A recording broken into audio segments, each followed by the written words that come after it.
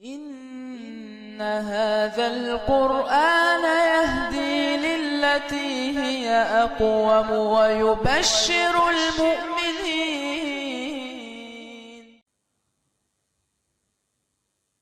اعوذ باللہ من الشیطان الرجیم، بسم اللہ الرحمن الرحیم، بک نستعین یا اللہ۔ ناظرین محترم، ماہ مبارک رمضان ایک ایسا مہینہ ہے جس میں دعا، مناجات، تلاوت قرآن کریم اور عبادت کا مزہ ہی کچھ اور ہے، کیونکہ یہ عبادت اور اطاعت الہی کی بہار کا مہینہ ہے۔ ناظرین محترم، میرا موضوع جو آپ کی خدمت میں بیان کرنا چاہتا ہوں وہ دعا ہے۔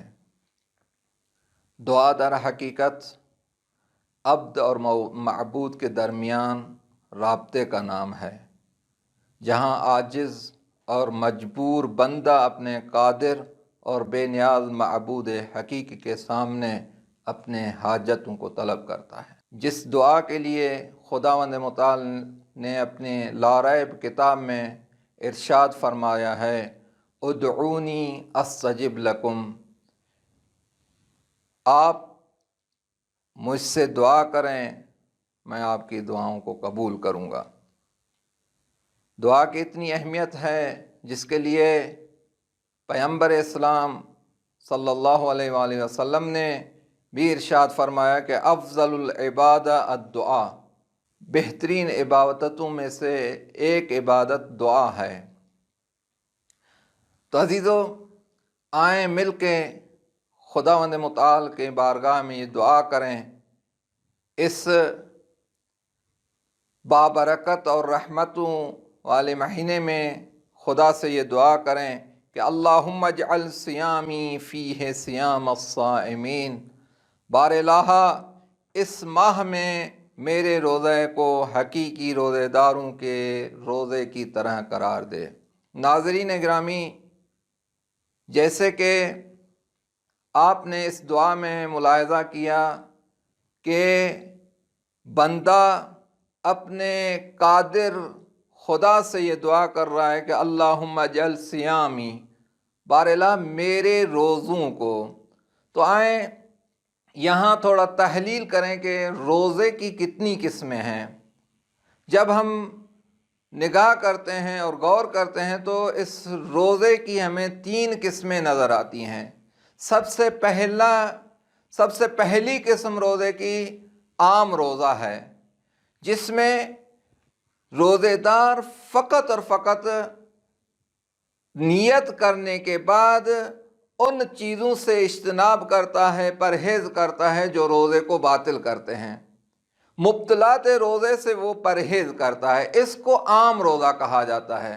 اس عام روزے کے لیے امیر المومنین کی ایک روایت آپ کی خدمت میں بیان کر کے میں دوسری قسم کی طرف جاؤں، جس میں امیر المومنین علیہ السلام فرماتے ہیں، کم من صائم لیس لہ من صیامہ الا الجوع وظمأ، بہت سے ایسے لوگ ہیں جو روزہ رکھتے ہیں، ان کا روزہ سوائے بھوک اور پیاس کے کچھ نہیں۔ دوسری قسم جو عزیز ناظرین محترم ہماری ہے وہ خاص روزہ ہے۔ خاص روزے میں روزے دار وہ مبطلات روزہ سے پرہیز کرتے ہوئے اپنے بدن کے تمام اعضاء و جواہر کو حرام سے بچاتا ہے۔